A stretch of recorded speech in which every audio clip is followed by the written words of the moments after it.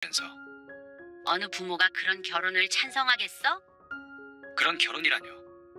설마 수지 집이 어렵다는 이유 때문이에요? 아직도 그 소리세요. 그런 고생길이 훤히 보이는 결혼을 왜 한다는 거야? 사랑하니까 하죠. 그래서 결혼 전에 그렇게 큰 돈도 빌려주고 그런 거야? 그건 다시 돌려받을 돈이고요. 지금도 이런데 결혼하면 더 할 거야.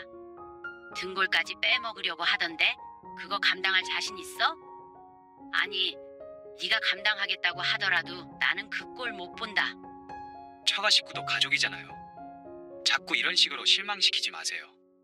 그렇게 반대하셔도 저는 분명히 결혼할 거예요. 엄마 아빠가 안 오신다고 하셔도 어쩔 수 없고요. 그렇게 그 꼴이 보기 싫으시다면 보지 말고 사세요. 오늘 이야기 속 주인공은 58세 정여자 씨입니다. 그리고 그녀의 아들에 관한 이야기입니다. 결혼을 앞두게 된 아들. 하지만 정 씨는 도저히 사랑하는 큰아들의 결혼을 응원해 줄 수가 없었습니다. 며느리를 받아들일 수가 없어서였는데 그런 말을 한다면 누군가는 혀를 찰 것을 알고 있었습니다. 왜 자식 인생에 간섭을 하냐고 묻는다면 반대로 물어보고 싶었습니다. 당신의 자식이라도 이런 결혼을 지지해 줄 수 있는지 말이죠. 내 자식의 고생길이 훤히 보이는데 그걸 보고만 있을 수 있는지. 잘 살라고 정말 열심히 키운 자식이었습니다. 그런데 가난한 효녀 며느리의 염치 없는 사돈까지. 내 아들이 짊어져야 할 가족이 된다면 어떨지 상상조차 하기가 힘들었습니다. 그런 결혼을 막고 싶다면 진정 정 씨가 이기적인 것인지 묻고 싶었습니다. 하지만 자세히 들어보면 누구든 정 씨의 심정을 이해하는 사람들이 있을 것이라고 생각했습니다. 정 씨 부부는 아들이 둘이 있었습니다. 둘째 아들은 해외에서 직장에 다니고 있었고 첫째 아들은 정 씨와 가까운 곳에 살며 마찬가지로 직장에 다니고 있었습니다. 둘 다 우리나라에서 손에 꼽히는 대학에 나왔고 30대 초반의 나이에 꽤나 높은 연봉도 받고 있었습니다. 그렇게 되기까지 정 씨 부부의 보이지 않는 노력도 컸습니다. 나중에 고생 덜하고 편히 살았으면 하는 마음에 열의를 다해 교육시켰죠. 그래서 평생을 열심히 살 수밖에 없었고 다행히도 그 덕에 아들 둘 잘 키우고 정 씨 부부도 먹고 살만했습니다. 너는 언제 돌아올지 모르는 거야? 글쎄요. 여기서 사는 것도 좋아서요. 그게 마음대로 되는 거야? 회사에서 들어오라 그러면 와야 하잖아. 아직은 기약 없어요. 미국에 있는 둘째 아들과 통화를 하는데 아주 눌러앉을 것 같은 아들이 걱정됐습니다. 거기 생활은 불편하지 않아? 별로 안 불편해요. 오히려 좋은데요. 그런데 아들이 오히려 좋다니 얼른 들어와라 어째라 할 수도 없었습니다. 그곳에서 행복하게 지낸다면 그것도 나쁘지 않다고 생각했습니다. 그런데 형은 여자친구 생긴 것 같은데 만나보셨어요? 아니, 몰랐어. SNS 보면 사진도 올라오고 하던데. 인터넷이나 그런 것은 잘 모르는 정 씨이기 때문에 금시초문이었습니다. 금방 결혼한다고 하는 거 아니에요? 그런데 둘째 아들의 말처럼 얼마 못 가 큰아들에게서 연락이 왔습니다. 여자친구를 소개시켜주고 싶다며 말이죠. 뜻밖이었습니다. 그동안 몇 번 여자친구를 만났던 것은 알았지만 정식으로 소개를 받는 것은 처음이었습니다. 정말 곧 결혼을 하려나 싶었습니다. 바깥에서 식사 함께 하자는 말에 정 씨는 부담스럽다는 남편은 두고 혼자 나갔습니다. 안녕하세요. 서수지라고 해요. 안녕하세요. 은호 엄마예요? 무척 고운 아가씨가 큰아들과 나란히 앉아서 인사했습니다. 정 씨도 이런 자리가 처음이라 긴장이 됐습니다. 하지만 아들의 여자친구의 성격이 서글서글해서 그런가 금방 친근하게 대화할 수 있었습니다. 아들의 여자친구는 서울에 있는 작은 회사에 다니고 있었고 고향은 다른 지역이라고 했습니다. 부모님은 시골에 계세요. 그래? 두 분이서 사시는 거야? 네. 외동딸이에요. 부모님은 지방에 있는 작은 도시에 살고 계신다고 했습니다. 그럼 자주 못 뵙겠어. 그래도 주말에 자주 가요. 아이고 효녀네. 그러자 수줍게 웃는 아들의 여자친구에게 호감이 갔습니다. 정 씨도 이런 딸 하나 있었으면 싶었죠. 아들 둘이니 아무래도 이렇게 살갑지는 않았습니다. 그러면 여기에서 혼자 사는 거야? 외롭겠네. 대학교를 근처에서 나와서 친구들이 있어요. 그래서 친구가 많다고 했는데 대학 이름을 들어보니 조금 생소했습니다. 자주 뵀으면 좋겠어요. 정말? 시간 날 때 연락 줘. 정 씨는 웃으며 대답했습니다. 그리고 그 모습을 아들은 뿌듯하게 바라보았죠. 그리고 아들의 여자친구의 말처럼 그 뒤로도 몇 번 더 보게 되었습니다.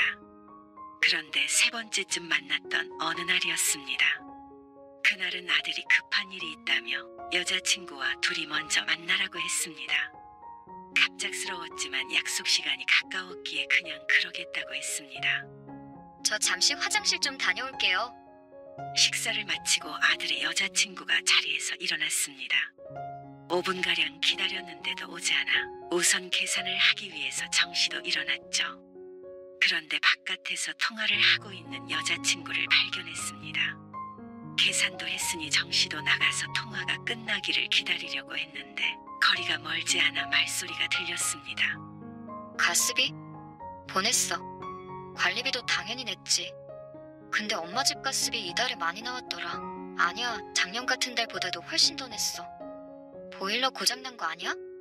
모르지, 오래된 거니까. 근데 나도 이번 달에는 좀 빠듯해. 더 보내기는 힘들어. 생활비 부족해?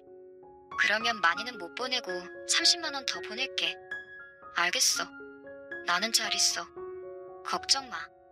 은호 오빠도 잘 있지. 지금 어머님이랑 밥 먹었어. 알겠어. 끊어. 전화통화는 끊어졌지만 어쩐지 선뜻 나설 수가 없었습니다. 전체적인 대화는 듣지 못했지만 정 씨가 들은 바로는 아마 부모님의 공과금을 대신 내주고 있는 것 같았습니다. 그리고 생활비인지 용돈인지도 주는 것 같았고 말이죠. 그런데 일회성이 아닌 것 같았습니다. 생각이 깊어지려던 찰나에 아들의 여자친구가 뒤를 돌아보았습니다. 속은 시끄러웠지만 정 씨는 아무렇지도 않은 척 미소 지었습니다. 은호 오빠 지금 이쪽으로 오고 있대요. 그리고 5분쯤 있자 아들이 도착했습니다. 엄마, 같이 차 마시고 가세요. 아니야. 너희 둘이 놀아. 영화 본다며? 시간 좀 남았어요. 아들에게 이끌려 근처에 있는 카페로 들어간 정 씨는 어쩐지 침이 마르는 듯한 기분이 들었습니다. 정 씨가 말이 없자 아들이 이상하게 생각하는 듯했지만 정 씨는 커피 마시며 수다를 떨 정신이 아니었습니다. 그러다 보니 어느새 아들의 여자친구 부모님에 대한 이야기가 나왔습니다. 듣자 하니 어머니는 정 씨와 비슷한 연배인 듯 했습니다. 일은 안 하고 계셔? 어쩐지 나누는 얘기를 들어보니 그런 것 같았습니다. 지금은 집에 계세요. 그리고는 별다른 설명은 하지 않았는데 더 묻고 싶었지만 차마 묻지 못했습니다. 만약 쉬고 있다면 다시 일은 하는 것인지 아니면 전부터 계속 일을 안 하고 있는 것인지 말이죠. 무슨 일을 하는지 뚜렷하게 말을 안 하는 걸로 봐서는 은퇴를 한 것 같기도 했습니다. 너희 영화 시간 다 돼가지 않아?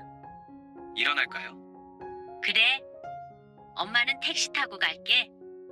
아들에게 인사를 하고 나서 서둘러 먼저 일어났습니다. 택시 안에서 곰곰이 생각해 보았습니다. 아들의 여자친구는 작은 회사에 다녔는데 월급이 200만 원에서 많으면 300만 원 사이인 듯 했습니다. 아들도 언뜻 그렇게 이야기한 적이 있고 말이죠. 그런데 그런 것은 상관이 없다고 생각했었습니다. 누가 더 많이 벌고 적게 버는 건 큰 의미가 없다고 봤죠. 하지만 우연히 통화 내용을 듣고 나니 그것마저도 신경이 쓰이기 시작했습니다. 집에 와서 남편에게도 슬쩍 이야기했는데 남편도 잠시 싱숭생숭한 것 같더니 고개를 저었습니다. 그런 걸 뭐 벌써 신경 써. 아직 결혼하겠다고 한 것도 아닌데. 그래도 나이가 있는데 결혼하겠다고 할 수도 있잖아. 그냥 연애만 한다면 정 씨도 개의치 않았을 것입니다. 하지만 남녀 사이가 언제 어떻게 될지 모르는 것이기에 걱정을 안 할 수도 없었습니다. 그래도 혹시 그런 얘기 미리 꺼내지 마. 안 하지. 오늘도 묻고 싶었는데 말았어. 잘했어. 정 씨도 애써 머릿속에서 생각을 지우려고 노력했습니다. 남편의 말대로 결혼하겠다고 한 것도 아닌데 괜히 긁어부스럼 만들 일이 아니었습니다. 아직 아무 일도 벌어지지 않았는데 너무 앞서간 것 같았습니다. 그런데 불행한 예감은 틀리지 않았죠. 연락도 없이 갑자기 무슨 일이야? 어느 날 뜬금없이 찾아온 아들. 그냥 드릴 말씀도 있고요. 아들의 첫마디의 정신은 어쩐지 올 것이 왔다 싶었습니다. 무슨 일인데? 남편이 묻자 아들이 대답했습니다. 저 수지랑 결혼하려고요. 그 말을 듣자마자 정 씨는 남편을 쳐다보았습니다. 그리고 남편과 눈이 마주쳤습니다. 엄마는 수지 여러 번 보셨잖아요. 그렇지. 근데 결혼? 너무 갑작스러운데. 갑작스럽다니요. 저 32이에요. 아들의 나이를 몰라 갑작스럽다는 것이 아니었습니다. 내년 봄에는 식 올리고 싶어요. 막연하게 결혼하고 싶다는 말이 아니기에 정 씨도 짚고 넘어가야 할 문제가 있었습니다. 사실 지난번에 수지랑 둘이 먼저 만났을 때 말이야. 그리고서는 아들에게 정 씨가 들은 이야기를 물었습니다. 그러자 아들의 표정이 여러 번 변하더니 인정을 했습니다. 수진의 집이 좀 어려워요. 아들도 모르는 바가 아니었던 것 같았습니다. 하지만 단순히 재산 문제가 아니었습니다. 결혼하는데 집에서 보태주지는 못해요. 그건 둘째 치고. 그때 엄마가 통화를 제대로 들은 거 맞아? 번 돈으로 생활비도 주고 아파트 관리비도 내주고 하는 것 같은데. 아, 그건 지금 두 분이 수입이 없으셔서요. 언제부터? 그건 잘 모르겠는데 그래서 사실 수지도 돈을 못 모은 건 맞아요. 속에서 곡소리가 절로 나왔습니다.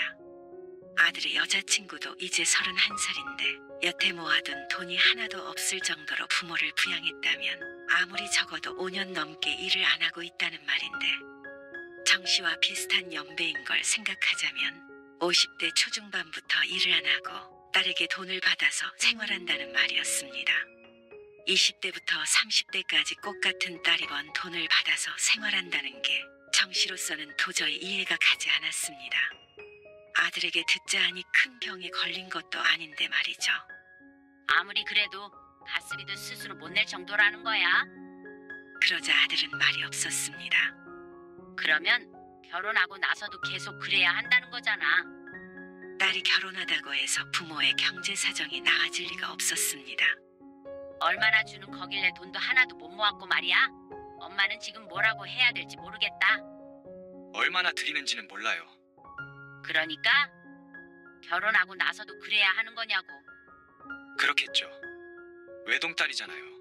수지가 부모님 생각을 많이 해서. 아들은 그것마저 감내하려는 모양이었습니다. 생활비를 한 달에 100만 원만 준다고 치더라도 지금은 별거 아닐 수 있지만 앞으로 10년, 20년은 또 다른 이야기였습니다. 부모님 도와드리는 게 나쁜 건 아니잖아요.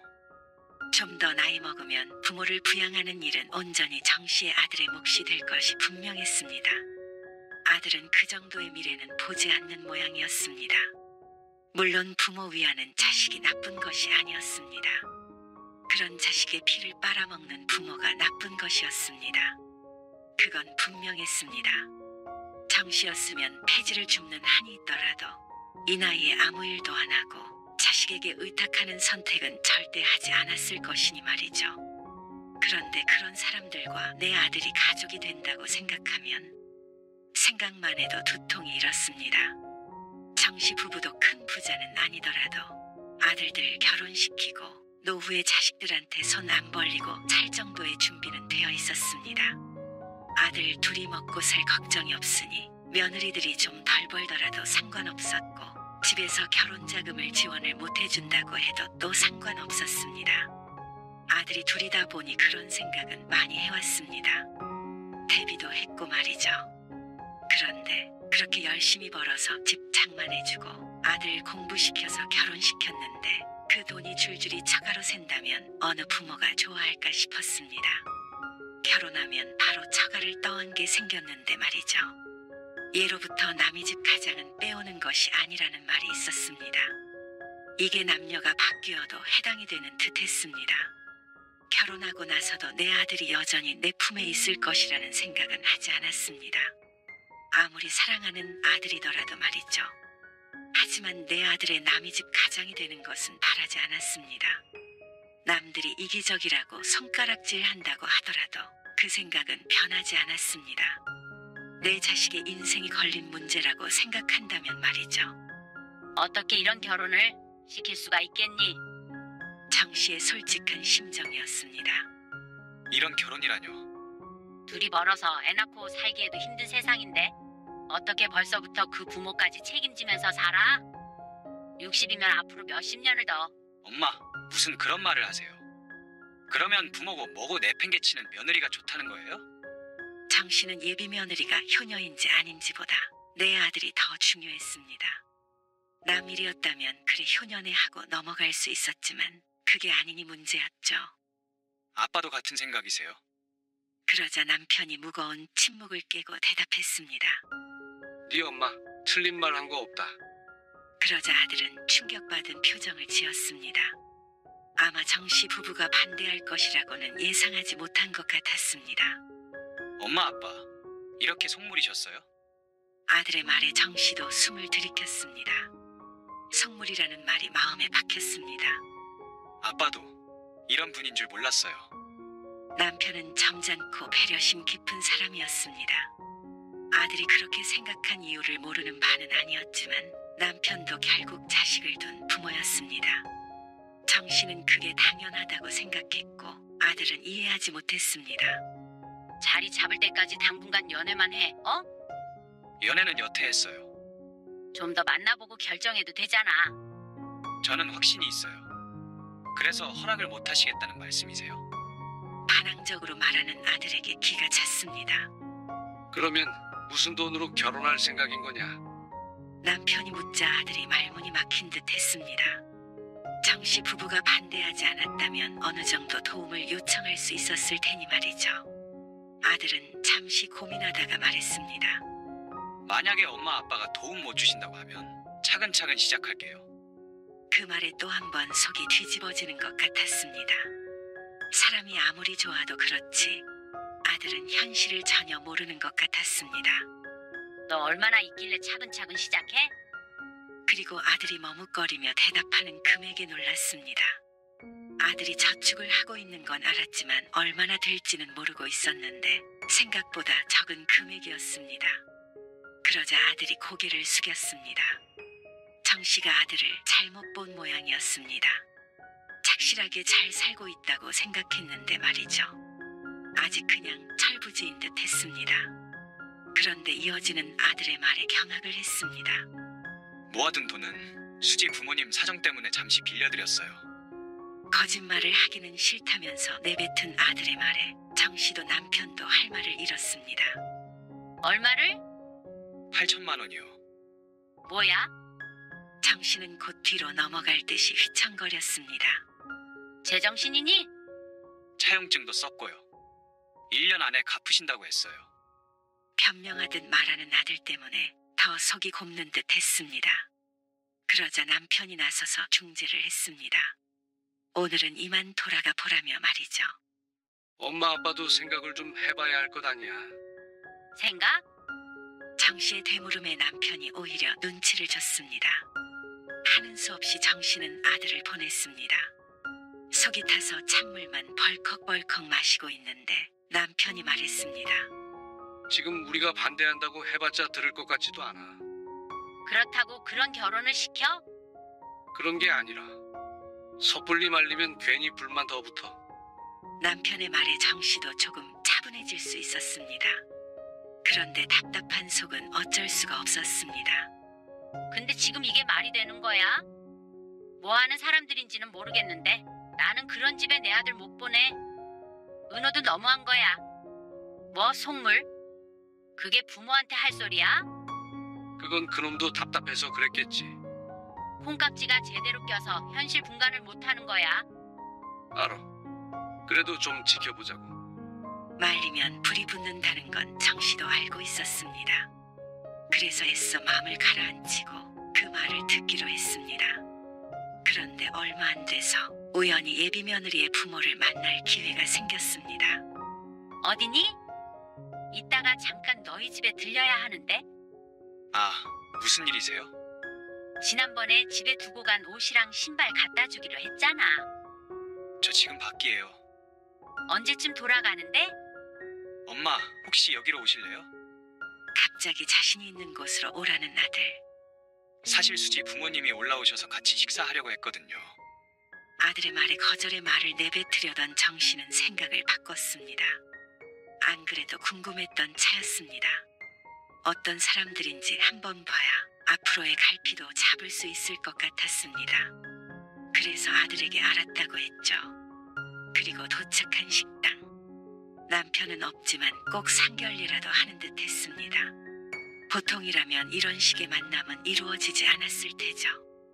만나서 반갑습니다.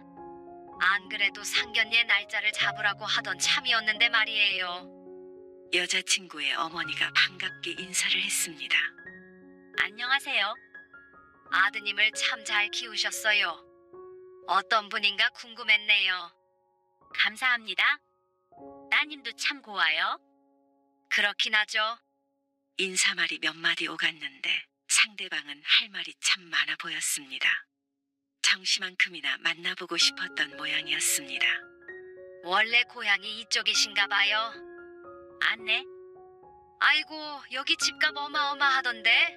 부럽네요. 무어라 대답해야 할지 몰라서 있는데 여자가 말을 덧붙였습니다. 그러게 우리 딸이 신랑감 하나는 참 잘 골랐죠. 없는 집에서 태어나가지고 고생 많이 했는데요. 그래도 착하게 살면 하늘이 도와요. 아, 그렇죠? 정씨가 말끝을 흐렸습니다. 칭찬 같지만 곰곰이 생각해보면 정씨의 아들 덕에 가난한 며느리가 더 이상 고생하지 않게 됐으니 다행이라는 소리 같았습니다. 우리 수지 결혼하면 저희도 이쪽으로 이사를 올까 해요. 그러세요? 네. 나이 들면 시골보다는 도시가 좋잖아요. 앞으로 병원 갈 일도 많이 있고. 아무래도 그렇죠. 그렇죠? 그리고 우리 딸이랑 살면서 손주도 보고 그러면 너무 좋을 것 같아요. 같이 살아요? 아, 요즘 사람들은 그런 거 싫어하려나? 근데 우리 딸이 워낙에 효자라. 그건 뭐 차차 이야기하면 되는 거고요. 어쨌거나 사위가 든든해서 좋아요. 듣자 하니 아들이 둘 있으시다면서요. 그러면 딱 좋네요. 우리는 딸만 하나라서 늙으면 누가 챙겨주나 싶어서 걱정되고 그랬는데 아들 생겼다고 생각하면 좋잖아요. 말년에 사위 덕에 서울에 있는 아파트에 살아보기도 하고. 정씨는 아들이 둘이니 하나씩 나눠 갖기라도 하자는 말로 들렸습니다. 그리고 같이 살고 싶어하는 듯한 말에도 어이가 없었습니다. 그런 마음을 가지고 있더라도 생각만 해야 하는 거 아닌가 싶었습니다. 어쩜 당연스레 자식에게 부양받아야 한다고 생각하는지 몰랐습니다. 그것도 남의 자식을 가지고 말이죠. 뭐 아무튼간 결혼하면 얼른 애기도 갖고 해야죠.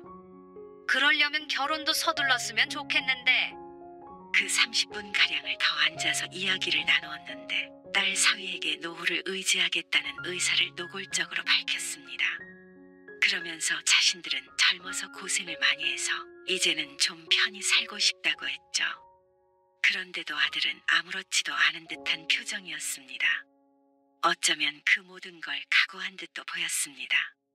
그리고 며느리가 될지도 모르는 아들의 여자친구도 그걸 이상하다고 생각하지 않았습니다.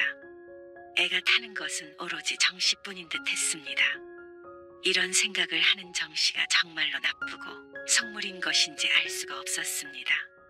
하지만 정씨는 상대 부모를 만나보니 더 안 되겠다고 생각했습니다.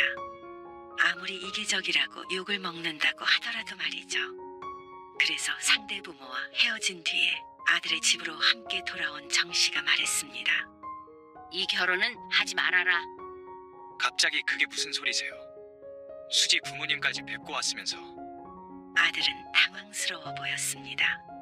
어느 부모가 그런 결혼을 찬성하겠어? 그런 결혼이라뇨? 설마 수지 집이 어렵다는 이유 때문이에요? 아직도 그 소리세요? 그냥 어렵기만 한 게 아니잖아. 스스로 관리비도 못 낼 정도잖아. 그런 고생길이 훤히 보이는 결혼을 왜 한다는 거야? 사랑하니까 하죠. 그래서 결혼 전에 그렇게 큰 돈도 빌려주고 그런 거야? 그건 다시 돌려받을 돈이고요. 지금도 이런데 결혼하면 더 할 거야. 등골까지 빼먹으려고 하던데 그거 감당할 자신 있어? 아니, 네가 감당하겠다고 하더라도 나는 그 꼴 못 본다. 처가도 가족이잖아요.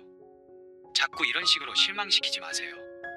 누가 누구를 실망시켰다는 건지 몰랐습니다. 그렇게 반대하셔도 저는 분명히 결혼할 거예요. 엄마 아빠가 안 오신다고 하셔도 어쩔 수 없고요. 그렇게 그 꼴이 보기 싫으시다면 보지 말고 사세요.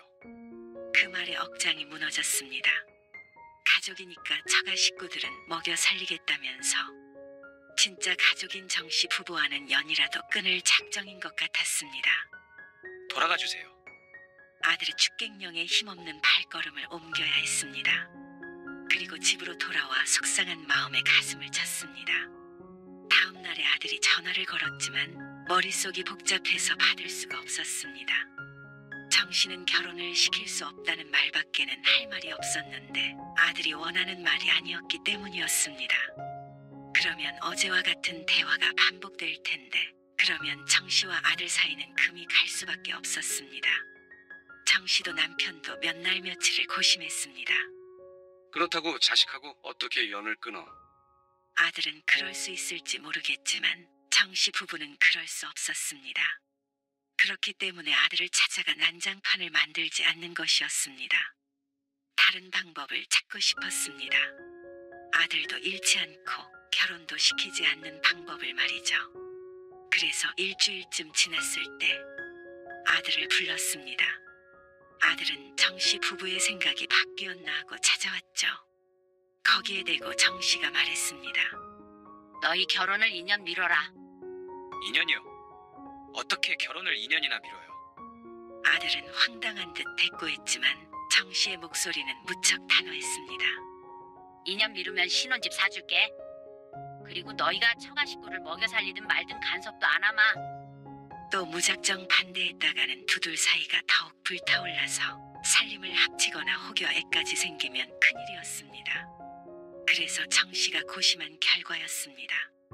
그러자 아들이 말문이 막힌 듯 보였습니다. 신혼집을 자신들의 힘으로 마련하려면 몇 년 일한다고 될 것이 아님을 알고 있기에 선뜻 대답을 못했습니다.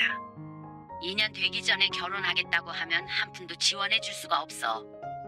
너 지금 살고 있는 오피스텔 전세금도 빼올 거고. 생각 좀 해봐야 될 것 같아요. 수지한테도 물어봐야 하고요. 다행히 아들은 말도 안 된다고 일어나 버리지 않았습니다. 그리고 한 가지 조건이 있는데 이건 꼭 지켜야 해. 조건이요? 그래? 결혼 전에 애가 생겨도 절대 안 돼. 그러면 약속이고 뭐고 없고 엄마 아빠 죽으면 유산도 없을 거야. 아들이 놀란 표정을 지었습니다. 이 정도로 강하게 나올 줄은 예상을 못한 것 같았습니다. 2년 뒤면 반대 없이 집 해가면서 탈 없이 결혼할 수 있어. 어떻게 할래? 수지한테 물어볼게요. 그리고 며칠 뒤 아들에게서 연락이 왔습니다. 결혼을 미루기로 했다며 말이죠. 정씨는 아들 몰래 가슴을 쓸어내렸습니다. 듣자하니 여자친구의 부모님이 적극적으로 결혼을 미루자고 한 모양이었습니다. 그리고 여자친구 또한 월세에서 시작하느니 2년을 미루겠다고 했죠. 참 다행이었지만 인내가 필요했습니다. 그리고 2년 뒤라고 헤어질 거라는 보장이 없으니 초조하기도 했습니다. 중간중간 함께 보자고 연락도 왔고 가끔은 만나서 밥도 먹었습니다. 그 뒤로는 순리에 맡기기로 했습니다. 2년 뒤로 미뤘는데도 불구하고 결혼을 꼭 하겠다면 정씨도 생각을 달리할 마음도 있었습니다. 그 정도로 떨어질 수 없다면 정씨도 억지로 찢어놓을 힘도 없었습니다. 그런데 반년이 지나고 1년이 지나자 아들의 여자친구에게서 오는 연락이 뜸해졌습니다. 그리고 1년 반쯤 되었을 때 아들은 여자친구와 헤어졌습니다. 어느 정도 마음의 준비를 하고 있었던 정씨로서도 조금 뜻밖이었습니다. 그때 미루지만 않았어도 됐잖아요. 아들은 정씨를 원망했습니다. 더 이상 기다릴 수 없대요. 반년밖에 안 남았는데. 여자친구는 다른 사람과 결혼 날짜를 잡았다고 했습니다. 아들은 무척 괴로워했습니다. 정 씨도 마음이 아팠습니다. 결혼을 반대했던 것과는 별개로 내 아들이 슬프니 정 씨도 가슴이 찢어지는 듯 했습니다. 하지만 마음 한켠으로는 다행이라고 생각하는 스스로도 자괴감이 들었습니다. 정말로 못할 짓을 했나 싶기도 했습니다.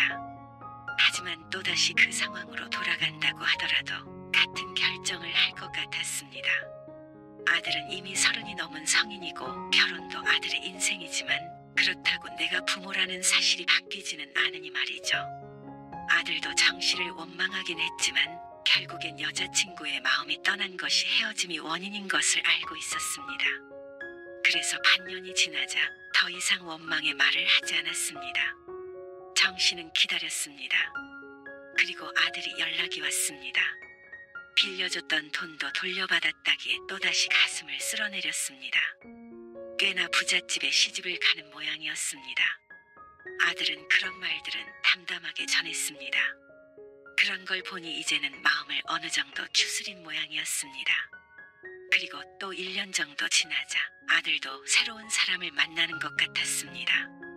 자세히 묻지는 않았지만 아들도 무언가 깨달은 바가 많은 듯 했습니다. 그리고 정 씨 부부도 마찬가지였습니다. 어떤 사람을 만나는지는 잘 모르겠지만 그래도 지난번보다는 부모도 자식도 좀 더 성숙해지지 않았을까 싶었습니다.